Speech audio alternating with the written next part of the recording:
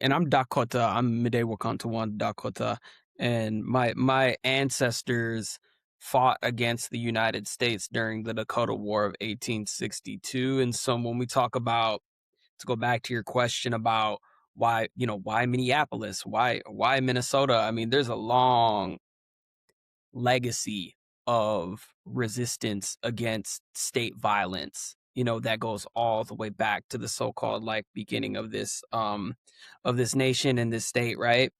Right. But Badote is where the Minnesota River and the Mississippi River meet. And at this confluence is where our creation story is. So this is the where all creation begins for Dakota people, which is right next to Fort Snelling. And Fort Snelling is a military fort, but within that military fort, there was a concentration camp for my ancestors, and many of my ancestors were killed there. And then we were exiled from Minnesota as well.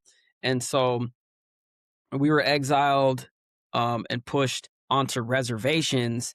And that's a whole nother story of hardship and oppression after we were pushed onto prisoner of war camps, or today we call them reservations. And in law, it's not an active law, but technically it is illegal to be Dakota in Minnesota. So it's like illegal for me to be here, and they haven't gotten rid of this, even though Mm. it's not like active, of course. But still, like after that exiling, and so long history of resistance and struggle against the occupation. But seeing my people fight, that's what gives me hope, right? To go back to your question about hope, um, seeing how many people are activated right now, like I've never seen before.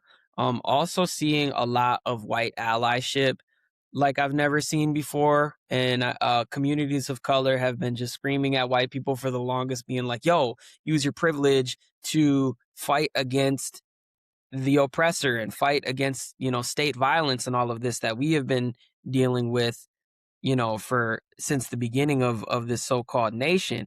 And so seeing that is pretty cool because a lot of white people are really taking on more of a front line, using their own whiteness as a shield, right? Mhm. And taking on these frontline like roles. I will say that like before Renee Good and Alex Preddy were executed, I saw more white allyship and activation from white allies than I've ever seen. But there's also a lot of activation that happened with white people after Renee Good and Alex Preddy were murdered. And it's because they are white too. So I do want to, shed some light on that. When Keith Porter, a black man who was murdered by ICE, there was like no media attention. Right. And when Renee Good and Alex Preddy were executed, there was a lot of media attention following that. You know what I mean? And so I did want to shed some light on that because there is a white savior complex that we do need to unlearn in this country, Right. and it's important to talk about that.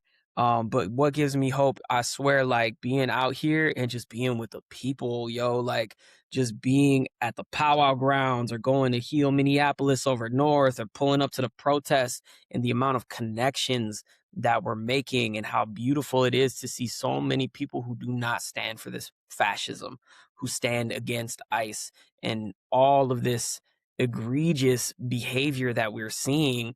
There's way too many good and decent people who are like fed up with it and who share this common ideology. Like we are here to liberate ourselves from that, and seeing so many people activated, that's really beautiful. Seeing the art that's being created, seeing like art builds and like, really dope like screen printing, like mass screen printing happening at cool art builds, seeing you know the concerts and all of the different events that are happening for a cause to like mutual aid concerts where we're raising money and supplies and things like that. All of that stuff gives me hope.